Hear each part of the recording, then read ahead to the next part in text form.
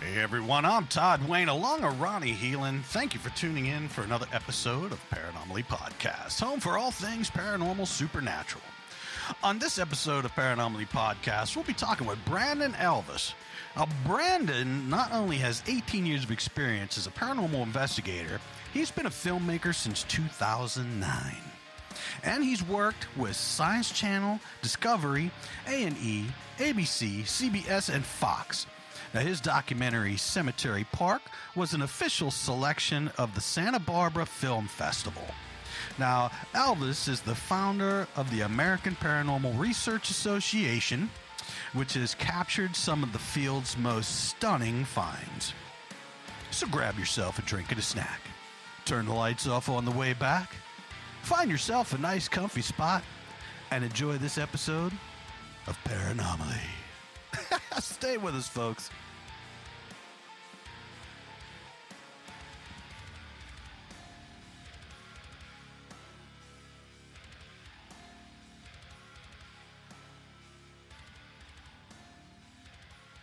I saw your little thing on Facebook about Waverly Hills coming up in a couple of weeks. That's exciting. Finally, it's happening. Yeah, very exciting. No, it's anytime we go to Waverly, it's always a good time. I've been waiting forever for this. I'm just saying. Awesome. It's good to hear that. All right. Looks like we should be about ready. As long as everyone can hear each other, we're good. All right. I can hear everybody. Yes. So, Brandon, tell us a little bit about yourself. What got you started in the paranormal? We'll go from there, and then, or did your filmmaking come first? Well, with the paranormal, it started at a young age for me. In 1995, I lost my oldest brother to cancer, and in 2004, I lost another brother to suicide. So that kind of sent me on my journey into the paranormal. It was never really about having an experience per se. It was more about having to learn about death from a young age, and just kind of thinking about the possibility of consciousness surviving death. So in 2006, I started the American Paranormal Research Association to solely investigate historical locations throughout the United States. And I've been doing that for about 18 years now, and just trying to find answers to the question I think we all want to know: does consciousness survive death? Yeah. Now, I just want to say that I'm sorry to hear about the deaths that happened in your family there. And yes, I think that would definitely get you started into the paranormal, because we all want to know what is there besides here. I mean, when we die, what happens? Do we stay? Where do we go? That's the whole. That's the whole thing. Do we keep our personalities? Still there, Brandon? Did we lose Brandon? I'm here. Oh, yeah. Oh, okay. Sorry about that, guys. Yeah. That's all right.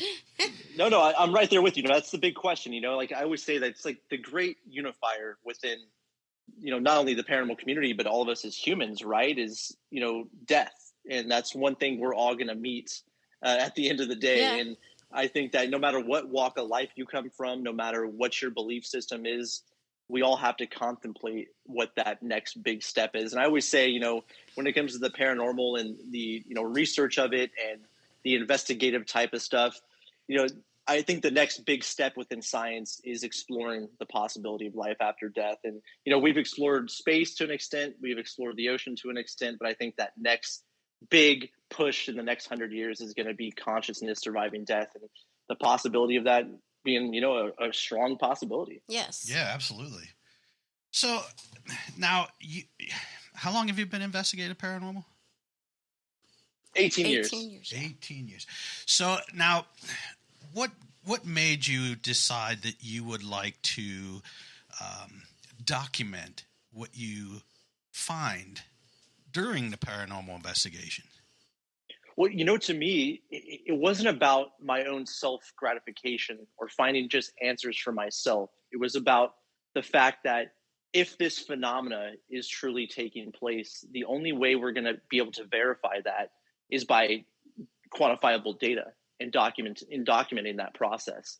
So to me, it's always been about trying to find quantifiable data that can be tested by a third party say, a medical doctor, an engineer, a scientist, someone that has a far more better understanding in what is a normal occurrence and what's something that we don't understand. So for me, it was always about trying to find quantifiable data that can be looked at by a third party to say, hey, this is something we can't explain. Again, can we jump to the conclusion that it's a ghost? We probably can't do that quite yet, but the only way we're going to get there is by trying to find data and information to support that something is happening that we can't quite explain. Exactly. So where would one go with data? I mean, what kind of data would we be looking at? I mean, we're not talking about like basic EVPs and a millimeter blinking. We're going with regular scientific data, correct? Correct. Yeah. No, one thing that we've been doing with APRA, for a number of years is trying to not only document and catalog environmental conditions and environmental data, but also trying to find what are the mechanics behind what we believe to be a haunting or ghosts. So we're looking for any change in the environment, be that between temperature, pressure, humidity, EMF, infrasound, to photon events taking place in these locations. We're trying to find quantifiable information that we can look at on a scale to say, hey, this is what normally should be taking place in a set environment. But in a place that's said to be haunted, if there's abnormalities, or if there's some kind of difference between what should be normal and not, why is that associated with what we perceive to be haunting? So we're just trying to find and rule out anything that's natural, and then taking the information that we can't explain and build and expand upon that.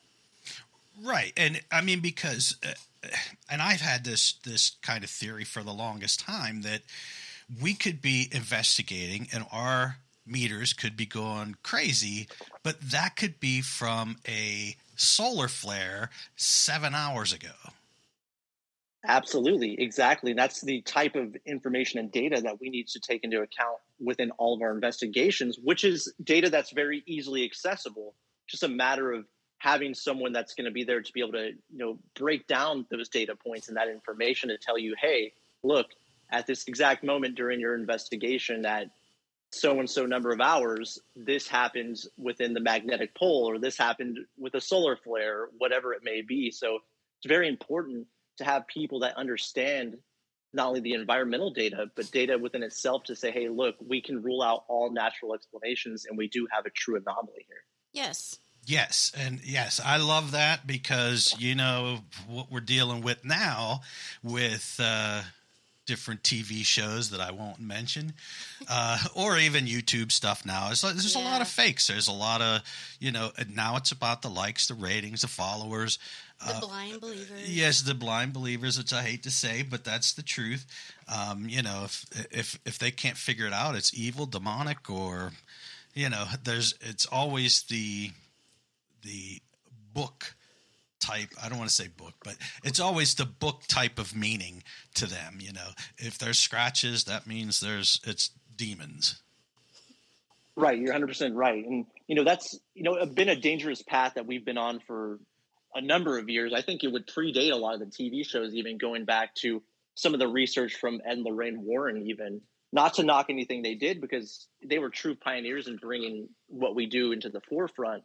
But a lot of that was very religious-based type of investigative methods and very belief-based methodology. Yes. Which is okay if that's the way you want to do things. That's fine. Not knocking that, because technically, as you guys very well know, there's technically not a right and a wrong way to do this. It is the paranormal. We have no idea what is exactly going on. That is true. But when you come to like a factor of belief-based methodology and investigative practices, there's already a bias, a confirmation bias there, where you're not going to really truly walk out of an investigation with any credible data or information, because that belief system is already set in place. Exactly. So there's a preconceived notion and outcome that's already there before you've even stepped foot on site. So it's a very slippery slope, and it's something that has gradually gotten worse over the past, I'd say, 8 years. Yes. And hopefully we can right that ship, and hopefully people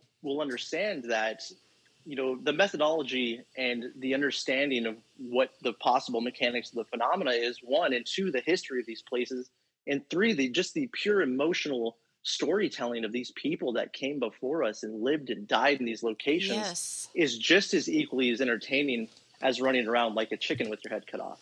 Right. So, there's more to it. And I hope that as more shows and more, content comes out showing that process and showing the true methodology, I think people are really going to enjoy it. And I think people would hopefully shift gears towards that type of research. Yes, I hope so too. Yes. And, I see this all so much where it's almost like people, they see it on TV, and if it was seen on TV, then they just replicate it. Like for example, Mel meters and K2 meters, which really aren't really for ghost hunting, but it's a tool to help. And they can't even tell you what it does. But they'll tell you that if it blinks, there's a ghost there.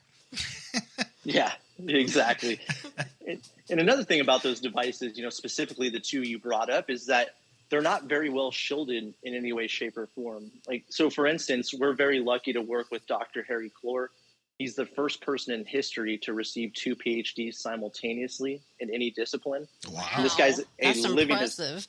Yeah, right. It's Dang. crazy. And he's a living historical figure. And he comes out with us all the time. He was just with us for the last 12 cases of haunted discoveries we just did. Awesome. He's out there. I mean, having a real life rocket scientist there that is not only, one, willing to put himself into these situations, but two, willing to show us what is the right and the wrong way to try and find credible data. But he always talked about those 2 devices specifically. We asked him when we showed him those devices, we said, what would these be, best suited for or used for? He said, probably the best use for these devices would be to go around an airplane and see if someone's on airplane mode, because this thing is not shielded well enough to really give you any data. That is true. So what made you decide to go this route? I would say just there's only one way to remain true and honest in what you're doing, and that's to open yourself up to scientific scrutiny and to third-party scrutiny. And I think that's what made me want to do, is to not only keep myself honest, but to try and not only do my best in trying to find those answers, but if we want to go forward with this and we really truly want to find some kind of, explanation, we have to open ourselves up to that. And if we're not, we're just doing a complete disservice to the field and the study of the paranormal. And, for me, it's never been about popularity. I never cared about the TV shows. It was never about that to me. And Good.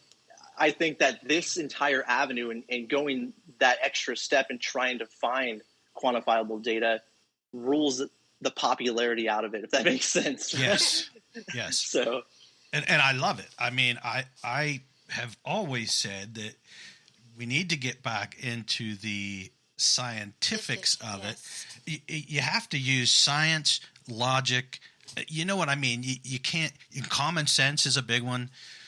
It's like I've said many times on this show that, I've been to houses where people hear a scratch on the wall and other people are telling them it's demons, when I do my own search and I find mice. So one person scratches another person's demon and mouse. And so, I mean, I found in my years of doing this that I had to become a carpenter. I had to become someone that works on air conditioners and how furnaces work. And I mean, there's a lot to actually know, because what water sounds like in a pipe going through a radiator. Absolutely. You know what I mean? So you need to know what these things are. And people are like, well, that's not, I'm telling you, you need to know these things. Exactly. You have to. And, 99.9% of the time, the simplest explanation is the correct one. Exactly. Right? Yes. And people get so upset, though. But I mean, honestly, I think as a researcher or investigator, whatever you like to call it, that should make you feel good at the end of the day, knowing that you have a rational explanation to something that could be said to be, paranormal phenomena, ghost hauntings, whatever you like to call it. Yes. But if you're able to understand all the basic foundation and the groundwork of what you're dealing with, that's when you're going to get closer to those answers. Because when you do come across something you can't explain, it just makes it that much more interesting. Yes. Indeed. And that goes for, like, I'm not really good. I can tell you a little bit about minerals and things like that. And I know that minerals play a big percent of what's happening, like water. If your place is right next to water, or, there's a lot of different things going on there.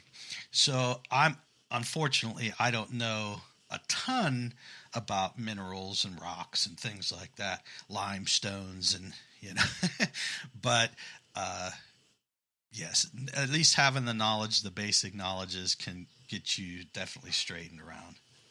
Yeah. And again, like you said, if you don't have all the information and the expertise in a certain area like that, then that's when you call upon others that do know it. Exactly. Right? Yes. And not to be afraid to reach out to these people, these experts from other industries, technical or not. Yes. From topography to geography, whatever it may be. I mean, more often than not, these people are going to be willing to help you because they're going to want to help you find the rational answer and the real reason. And so, like, that's why you have to, open yourself up to that scrutiny and know at the end of the day, we all don't know everything, right? And when you start to bring people in and they start to give you that information, then you're building a true case. So that's what's most important. Yes. And when it comes to paranormal investigating, what would be for you the most plausible evidence that you could get? What one would you think that would be? As far as you would say that's something that would, lend to be supernatural? Sure. It's tough. Again, it's a variety of variables, right? You have to, again, we're very big on environmental conditions within said haunted places. And one thing we've been doing heavily with the new show and the new project we're doing is looking into what is belief of ghosts and hauntings. Why are these certain places that are said to be haunted not only steep within this rich history, but also this not only, superstition, but belief system? And how does that affect the experimentation or the investigation within itself? Because as we all know, with like the double slit experiment and things like that, the observer affects the environment, right? Yes. So we look into that heavily. So environmental conditions to us is something that's big, because not only can we quantify that data, look at that data, look at it against what's supposed to be natural within a said location, but you can also catalog that and look at that between various sites. So for me, one thing we've been doing is cataloging the environmental conditions. How is that different in a said haunted place versus, say, an apartment building or a brand new home?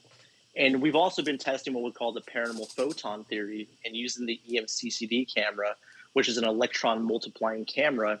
And we're trying to document photonic events in these haunted places. And, with working with Dr. Harry Clore and other scientists that we consult, when I ask them, if ghosts and hauntings are real, or what people believe to be ghosts and hauntings are real, what is something that we can document in a location that would be, of interest to you? And they mentioned photon events. And that's something they study in NASA within the, telescopes and space. Photons and pressure are some of the last things to live in a black hole. You can go down the rabbit hole with theories on that. Wow. Sure. Okay. Sure. But to That's us, deep. we're looking. Yeah, it is. And so one thing we've noticed, in the last 5 years of our research in these said haunted locations, we are seeing drastic changes in barometric pressure along with photon events showing up in these locations. What that means, we don't know. But there is a correlation, and there is something very strange going on that we can't quite explain, where people say they have these sightings, there's stories for generations. Lo and behold, there's drastic changes in barometric pressure and also photon events taking place in these said haunted locations.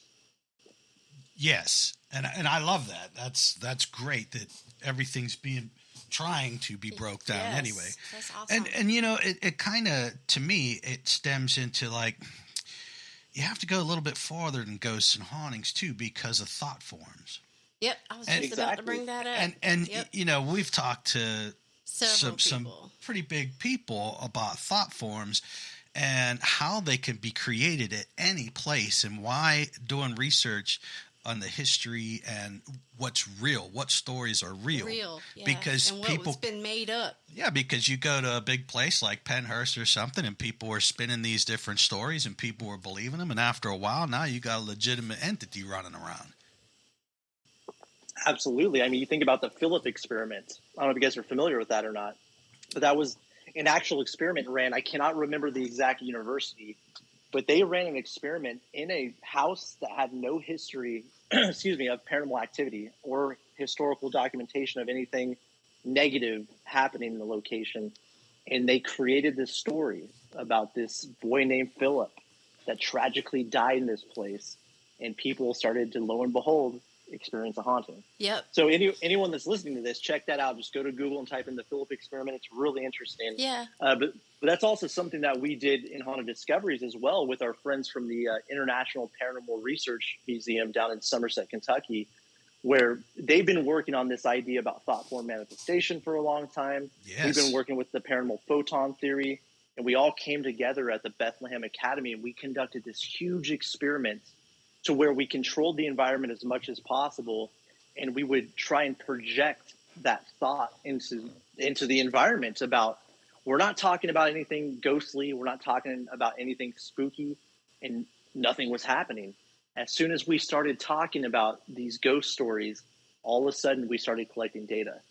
Yes. Which is, I'm giving a little bit away from the show. I shouldn't be saying that much, but hey, it's fun. Spoiler it's the alert. truth. So spoiler alert. But yeah, I'm not saying what data we're collecting, but no, it's like, that's exactly, you guys are right on the money with that, with thought form manifestation. And that's one big thing we are exploring in this series and in the research as the last 5 years is, how does belief play into this, right? Yes. Exactly. How does that shape the fabric of our environments? And it's like if a tree falls in the woods kind of thing, right? Yes. So it's a lot of fun, man. It's like shaping real life science in a way. Awesome. Yes, and that to me is perfect. That's what needs to be done, and people need to see this because, like we just talked about, thought forms, and a lot of people I mention thought forms around, they're like, "Oh, I never even heard of it," And I'm like, "Well, it is a real thing." Yeah, it's a thing.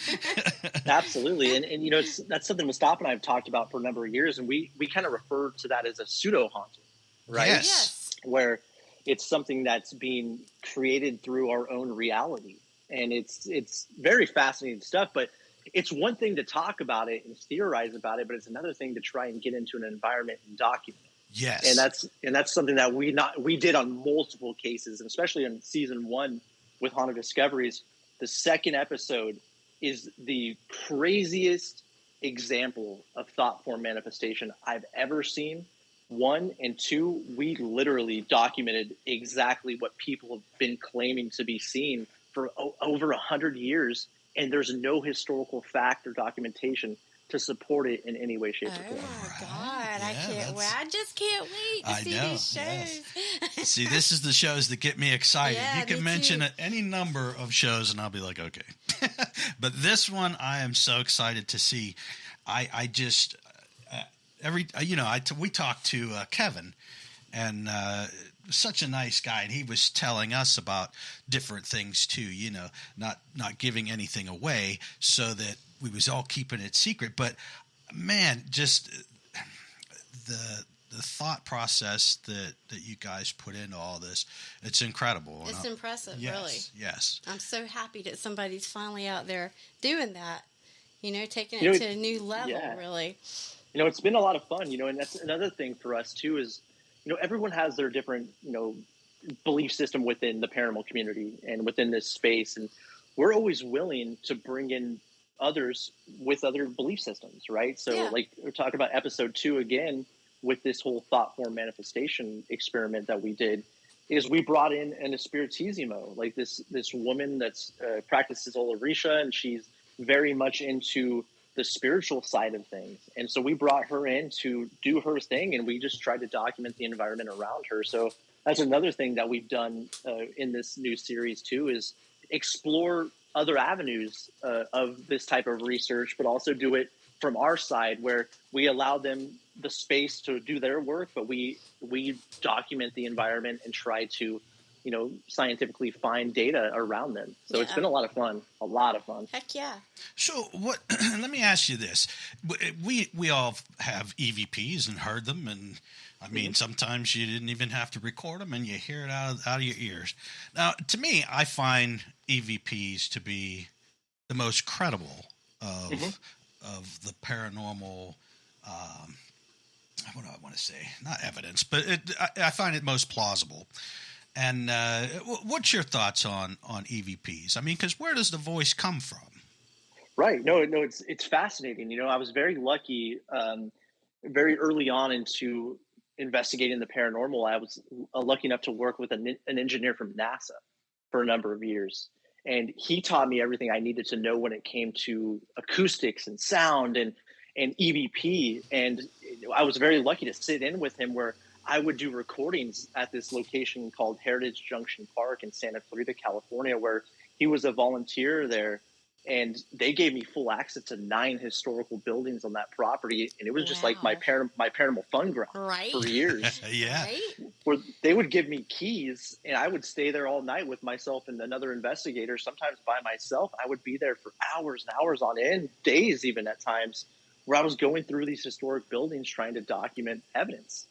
And I would get these recordings of what I would thought to be EVP, and I would go to Ed, and he would sit me down, and he would run all of these recordings through spectrum analysis, right? Yes. And he was able to take these recordings and break it down frequency by frequency. And he was able to, from an engineering standpoint and an audio engineering standpoint, show me what is a radio frequency, what is a cell phone frequency, what is the human vocal range, all these things. So like you said, it's a very credible piece of data, especially if you're using high bit audio recording devices, because that gives you more information where you can take that into a spectrum analysis and you can really break it down and see where that frequency is coming from. So if it can be very credible, especially if you capture something that's outside of all of the contamination that's within our reality. So right. And that always, I know for a fact, your stomach can growl, you're not going to hear it, but that recorder is going to pick it up. Trust me. So it's to me, it's always like, and I'm not talking about like audio pareidolia, we all know what that is, but when you really do pick up something from the thin air and you're like, okay, where did that come from? Nobody else is here. We're in an enclosed area. Is it possible for that to come out of thin air? I mean, and what's crazy is going back to this, the Heritage Junction Park I was talking about, and this almost, it was like a paranormal boot camp for me from a scientific point of view. Because I mean, I had, Ed, who this guy worked for NASA. Him and his father both worked for NASA for over 30 years, right?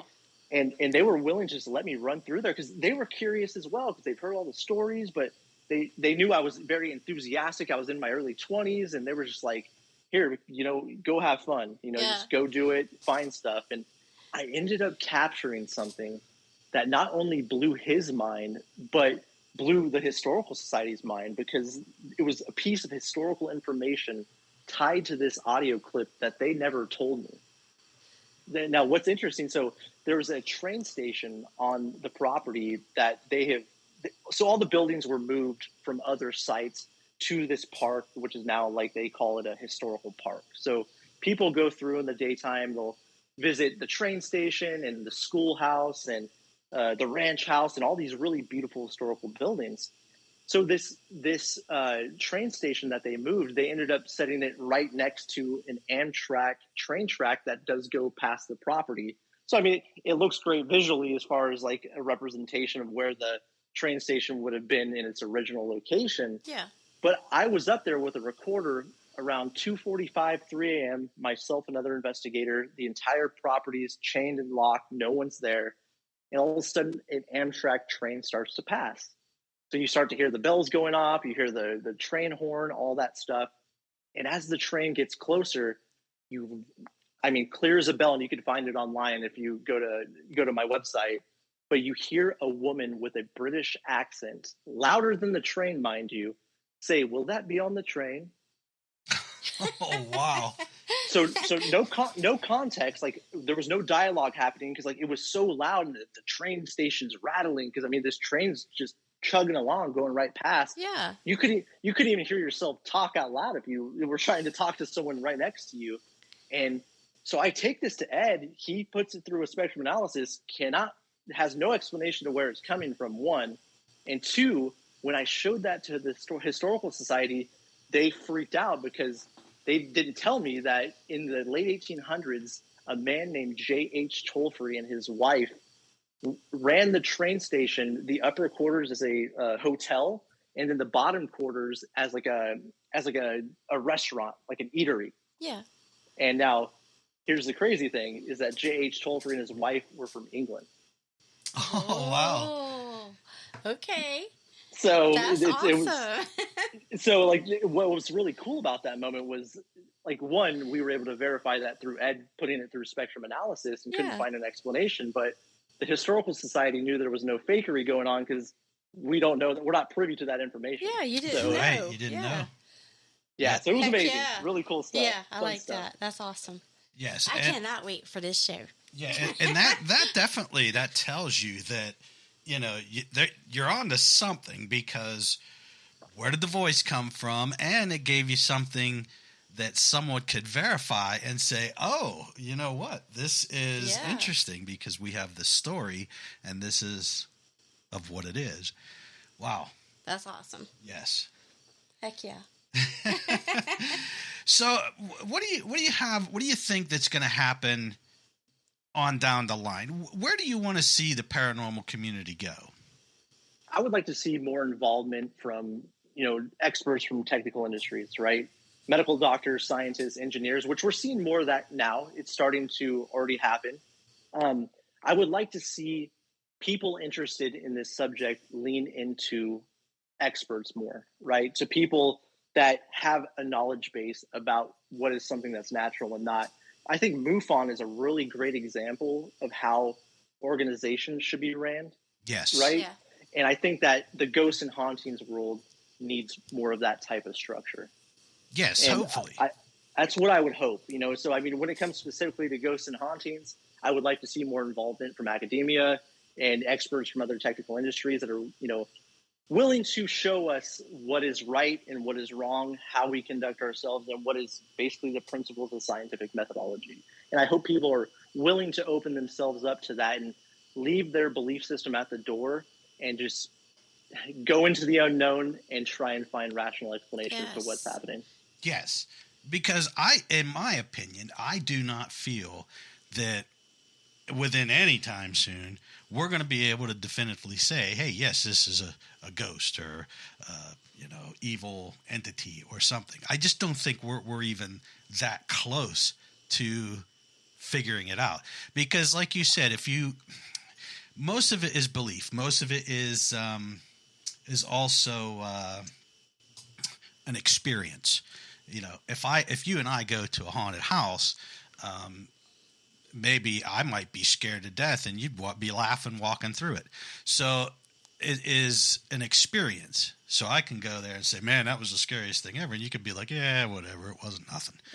So exactly. But that is how I feel that the paranormal is. It's an experience, and everybody has an experience. And as soon as you start to question that experience, then they lash out, because there's no proof. The burden of proof is on them to prove it to us. Right. So there's no way we could say, and I see this all too much on certain people's YouTube channels that deal with these spirit portals, and they say this is verifiable proof, but it is not verifiable. You cannot verify that is actually proof. Yeah, not in any way, shape, or form. Like, it's not even close to proof. It's what you believe, but that's not proof. That's right. And that's okay. That's okay if you believe that. There's, you believe all you want. If you want to believe in the tooth, if you want to believe in the tooth fairy and Santa Claus, just go for it. That's fantastic. Have fun with that. But when you start to stamp labels like that and you start to say verifiable proof and all these things, it's like, who are you trying to prove this to outside of yourself? Right? Yes. Like, it's clearly you're convinced. You know what's happening. You know exactly what this is. But once you start to take it that next step like that without having any form of data or information to support what you're claiming to be, proof, then that's just kind of shaming the entire community in a way. Right. So with this kind of thing that you're doing, where you are looking at science and logic and common sense, and you're relying on people that have the experience working in NASA, and maybe there's some meteorologist, and you have these people, and now every time you do something, you're putting those numbers into it, where now you can be like, okay, well, we had this experience before. Here was the data that we got, and it's matching pretty close to what we have now. So correct. Now you're starting to put it together to where you could definitely eventually get to the point where it's, hey, you know what, this is extremely plausible, and it, you know what I mean? Because I've done so many residential and business clients that I've never once told them that their place was haunted. I could never bring it to myself and say, look, your place is haunted, you got demons or whatever. It was always, look, you have something happening. I don't know what it is, but you have something plausible that could be acting in your house. You know what I mean? Yeah, absolutely. And when you tell people that, they're like, well, not the clients, but when you try to explain it to other investigators and that, they're like, well, that's ludicrous because their house is haunted. Well, no, their house isn't haunted. It's just we can't figure out what it is. We have we have this different data that's saying it's pointing that direction, but we can't prove it. Exactly. And that's one thing we've been doing, is like this data collection process is all going into a database, right?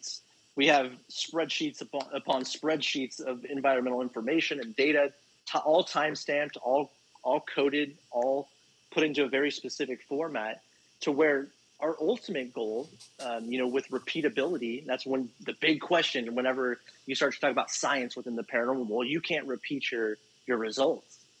Well, the point of this whole thing is collecting data and having enough information over an extended period of time to say, hey, look, remember this very strange audio recording or this strange video anomaly we captured with these exact environmental conditions?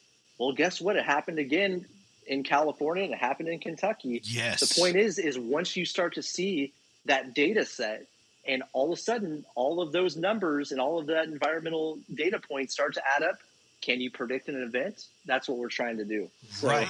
That's the idea. Heck yeah. So it's going to take a lot of work, and it's going to take many years of this data collection process. But like I said before, with this whole paranormal photon theory we've been working on, we are seeing a stark correlation between you're seeing drastic pressure changes and photonic events happen in these said haunted places. Can we say that's a ghost? Absolutely not. But what is it about these photon events and pressure changes that are happening within the environments of these haunted places or said haunted places that make people believe that it is a haunting? Exactly. Yes. Exactly.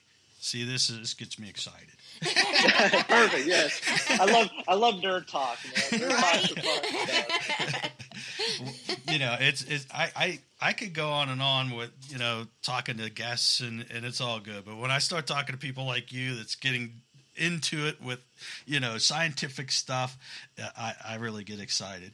So, sorry to cut you off, but another cool thing, just to piggyback off what we were just talking about, is when we work with Dr. Clore, another thing is when we try new pieces of equipment, right? Because 99% of our equipment we use is from other technical industries. We rarely use anything that's built for the paranormal. And when we do, we're just testing it. Because sure. If we didn't test those devices, we wouldn't be doing our due diligence, right?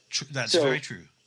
And so we're in the environment, we're testing these devices. And I'll never forget, Dr. Clore said this so perfectly. He said, even when we have a false reading or a piece of equipment that's faulty, that's still data. That's data. Yes. And that's something we have to take into account. That's still part of the process. And that's still part of the principle of the scientific method. Yeah. And so that's something that always sticks out to me in experimentation and understanding what is something that can be utilized within this space and something that cannot. So even when you have something like we talked about with Mel meters or K2 meters, it goes off, they say it's a ghost, right? Yeah. It's a faulty meter and you're getting a stray signal. and it's a false positive, but that's still part of the process, just not in the way they think it is. Yes. And I like how you just said that, and people listening out there, they're gonna pick up on that too, because a lot of people, when you start mentioning about what meters will do and what they can't do, and how they set off, what can set them off, things like that, then people start to realize a little more that, maybe it's not, the energy of a spirit that's setting it off. No, it's most likely your TikTok live or or your radio that you have, or your wireless audio signal, or whatever it may be. Your cell phone, Yes. electrical outlet. Yeah. Exactly. And see, when I first started out in all this, man, it was a long, long time ago, and I was using reel-to-reel. That was my audio. So that's how old he is. Hey, man, I say that's how cool he is. So yeah, it was reel to reel, and it the things that I would pick up off of there, I didn't have anybody, we didn't have internet even then, so I was like, now I got to try to find people or try to find books about voices that come from the dead, and it's very slow learning.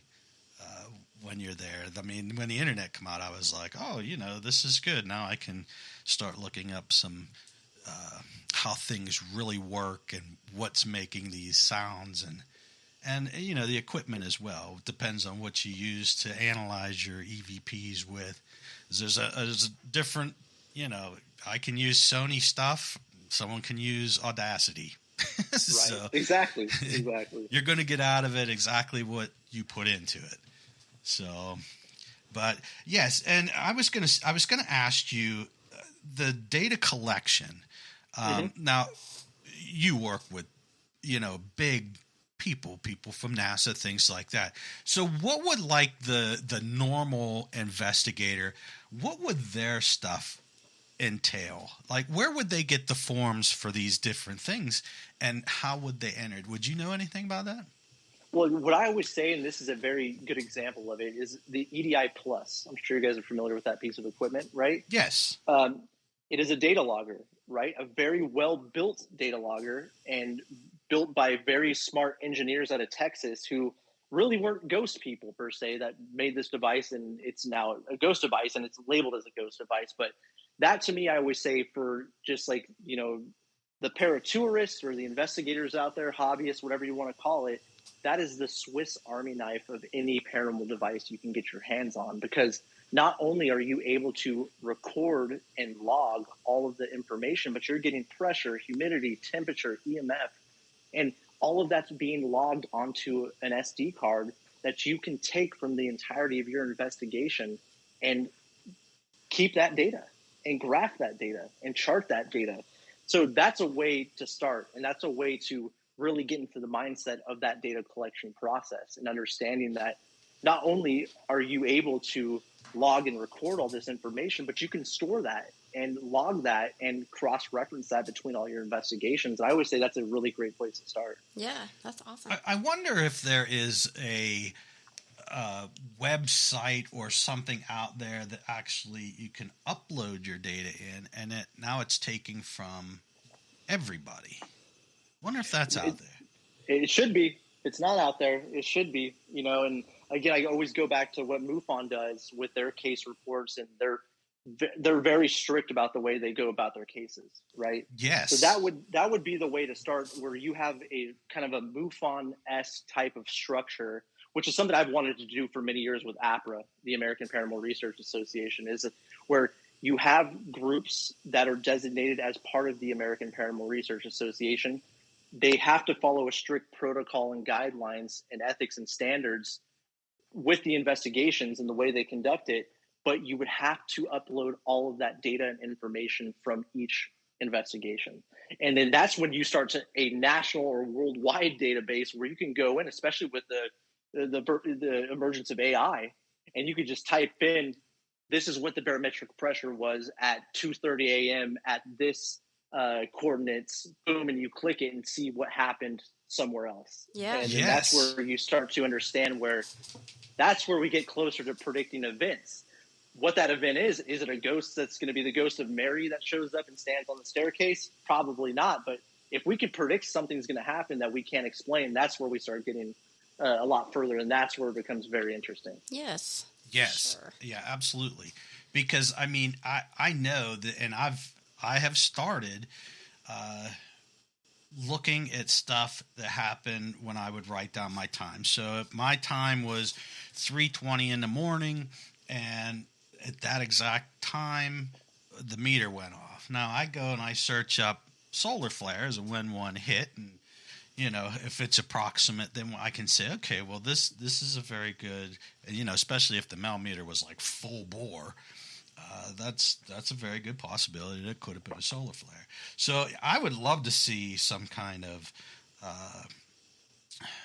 research center like how you own that one.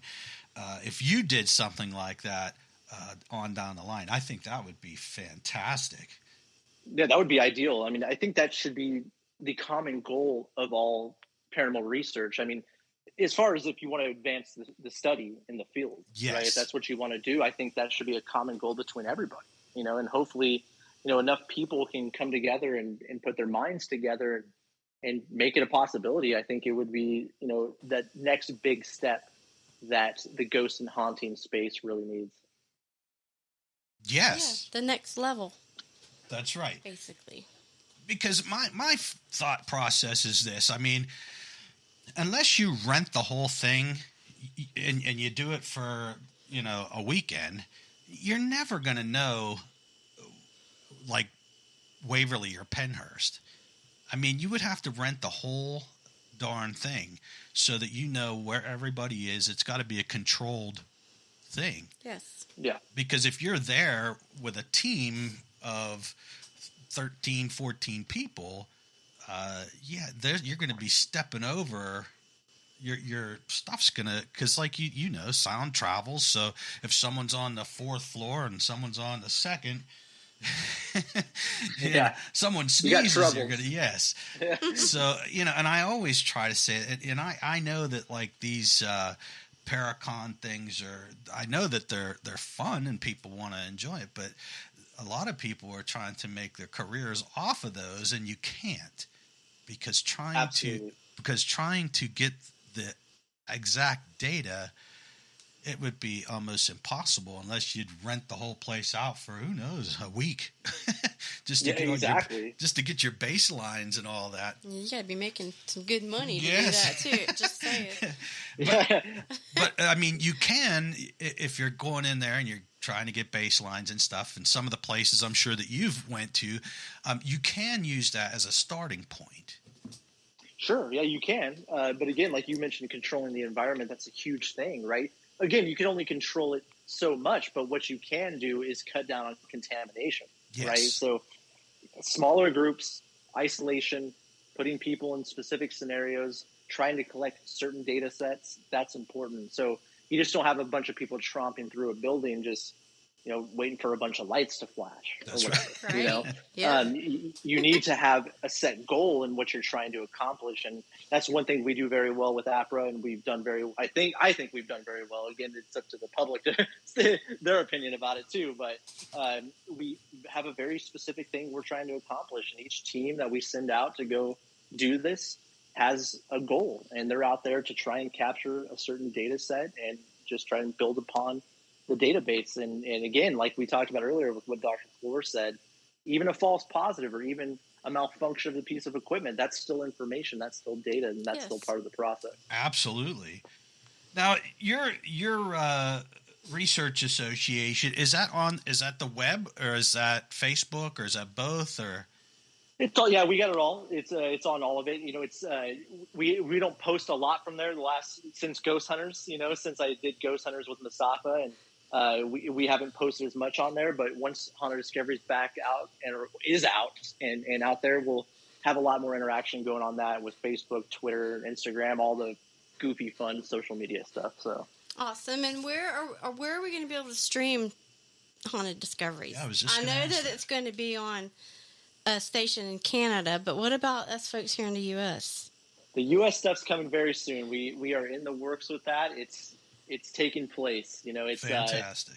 We have a few cogs in the wheel going right now. It's just a matter of what's going to be the best fit and best option for it. Because first and foremost, with the paranormal entertainment side of it, we've been very lucky to have we work with Stargazer Productions, and Kevin's worked for that company for a number of years, and we've been very lucky to have people finance our vision to say, hey, go out and do it your way. We weren't beholden to the format of what you see on the shows. Yes. And we've been very lucky to, I've been very fortunate to direct, produce, and edit this show. Fantastic. And so we didn't have to worry about us going out there and doing our methodology and doing our style investigation and then it get to an edit room and it's killed. Yeah. You know what I mean? Thank goodness. So, yes. So first and foremost, we're very fortunate to do that, and we got to thank Stargazer for that. But it is a business, and there are certain things that need to be met for the financiers and the people that absolutely. financed it. And we are very close, and it will be coming to the U.S., and we'll tell you guys as soon as we can. Yay! Absolutely, yeah. I can't wait. I am definitely stoked. But we are. I mean, are we going to be able to see the first episode then that you're doing at Waverly? Yep, at Waverly, we'll be actually playing it. We'll be screening the episode for everyone that's at the event. So anyone that's there will be able to see the Waverly Hills episode. Okay, but regular people won't be able to stream it on Facebook? No streaming yet. Oh, not my yet. God. Okay. Not Sad yet. face. It's okay. But soon, very soon. But again, I've been working in television for a number of years. I've worked with everyone from ABC, CBS, Fox, A&E, Discovery, Yep. Science, Travel. I've been very lucky to work with those companies for a number of years. But specifically when it comes to the paranormal and the paranormal genre, there are certain things that we do not want to do, right? Sure. And there are certain places we do not want to be because we would have to be beholden to a certain thought process. Yes. Right. Which is, that's fine. They have their method to their madness, and it does well for them, and that's great. But it's just something that we would not like to sacrifice integrity and methodology for ratings. I feel that. So. Yes, absolutely. That's fantastic. And this is how many seasons you got of this? 3. So yeah, we just we wrapped the third season. Okay. I actually just finished editing the 4th episode of the 3rd season, but the first 20 episodes are done and ready to go. And Yay. So we'll see how it plays out, but it's very possible that when the U.S. gets to see it, all 20 will be available right away. Yay. Nice. Awesome. We could totally binge, dude. Yes. Exactly. That's the goal. So. And just think, I mean, it's already out in Canada, right? October 6th. October. So Okay, so not October. too far off. So that's going to give you a great fan base with our Canadian brethren, and to have it come here then, because we're going to see their reaction. They're going to be like, "Oh, wow!" Yeah. So, and oh yeah, I think this is going to be a definite good thing. Yeah, I'm excited. I hope so. And what's cool with T&E, who we're going to be airing with here on October 6th with Creep Week. So Creep Week's like the equivalent to what Ghostober is on travel here in the States. And so Blue Ant Media and T&E, who we're working with, they produced a lot of the shows that you see on travel. So they did Eli Roth, A Ghost Ruined My Life, Yes. Hotel Paranormal with Dan Aykroyd, Haunted Hospitals, all those great shows. So one thing a lot of people here in the U.S. don't realize is a lot of those shows they really like actually started up there first and then made their way here. Okay. So I didn't know that. That's really interesting. Yeah. So a great company. We're beyond excited to partner with them for Haunted Discoveries, and we're extremely excited, and we just can't wait for people to see it, man, because it's been many years in the making, and we've blood, sweat, and tears poured our heart and soul into this, and we did everything we could to try and represent factual paranormal investigation as much as possible and make sure that people see it in an entertaining light, if that makes sense. Yes. Yeah. Now, for people out there listening, they want to find out more about Haunted Discoveries. Is it hauntediscoveries.com? You can find us on Instagram and Facebook and Twitter, all that good, or X now, I guess you call it. So yeah, just type in Haunted Discoveries, and you can find everything on my personal website as well at brandonjalvis.com. So we're excited, man. It's more coming, and I think that we'll probably have an official trailer coming from TND here pretty soon, I think. So. Oh man, that'll be cool good. Beans, yeah. I'm so excited. If you get paid, if you'd get paid by clicks, you'd probably get, I don't know, $1,000 for me. Keep watching that trailer over and over again. Nice, Right? Awesome. All right, well, Brandon, I want to thank you so much. I had a blast talking to you. I love definitely talking about the nerdy stuff. And, I we wish should call this nerd talk instead. That's right, nerd talk. Paranormal nerds. But, I love where this is going. And when I first heard about it and started talking to Kevin and some other people, it was just like, man, this is going to be a show like no other. Yeah. And this has got me excited because I'm so tired of the same cookie cutter shows out there. And, the overreactions and the drama and the getting scared and running down the hall yelling and like, isn't that why you're there, dude? Like, that's right. Isn't that why we do this? Come on, it's okay. why? It's okay to be scared. Hey, I've been in places where I was like, oh boy, but we have a job to do, and we go in and we do it. Yeah. And I just think that this is completely different, and it's going to be a game changer. I think so too. Yes. One thing I will say, the premiere episode, it's titled Gilded Age Ghosts. And what's really cool is we go to this really awesome location called the Conrad Caldwell House, right? And there are living descendants that are there that kind of curate this place as a museum. And their ancestors lived and died in this house. Wow. Right. Oh, wow. And not only have they experienced what they believe to be their ancestors in the home, but we bring one of the descendants into the investigation. And we have an aerospace engineer there with us that is using these crazy sensors to look at all of the environmental conditions from the T-Vox levels to, everything you can imagine. And we bring in, nothing's really happening in the house. And all of a sudden we bring in the descendant, and everything changes. Oh, so I'll wow. just put it that way. Wow. So Heck yeah. Oh my gosh. I'm so looking extremely forward excited. to this.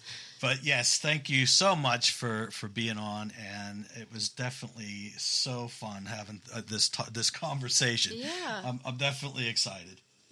Awesome, guys. Thanks for having me on. This has been a blast. And, Yeah, it has been. Anytime you want us back on, it'd be awesome. So we appreciate it. All right, That cool. would be maybe awesome. Next time we can do a live and have you and Kevin on at the same time, or maybe all of you together. That would be great. Yeah, that'd be great. Yeah, just let us know. Yes, right. Absolutely. All right. Hey, maybe Brandon. when it comes to the U.S., when we announce the U.S. stuff, we might be able to make that happen. So. Heck Oh, yeah. yeah, Yeah, we'll yeah. have to keep in touch and see when that's going to happen. Heck We'll yeah. make that happen. Heck yeah. Awesome. Thanks, guys. All right, Thanks, Brandon. Take care. Thank right. you. Good night. Bye-bye. Bye-bye.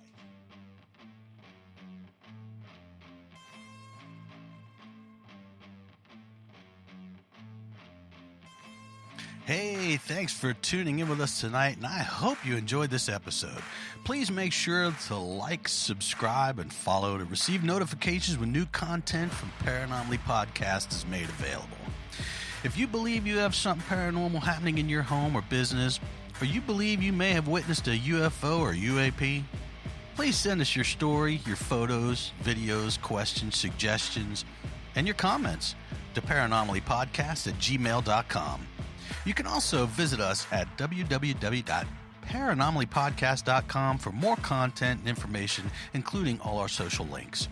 Hey, thanks again for watching and listening, and I hope that you tune in for next week's episode of Paranomaly.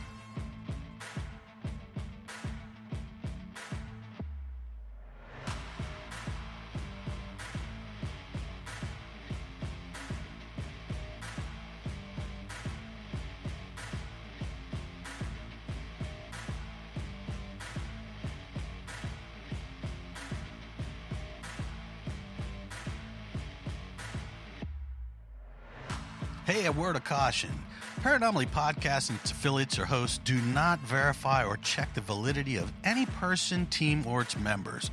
Paranomaly Podcast highly advises that you proceed with caution when contacting any person or team before allowing them and having them into your home or business. A legit paranormal research and investigation team will never charge you a fee to investigate your home or business.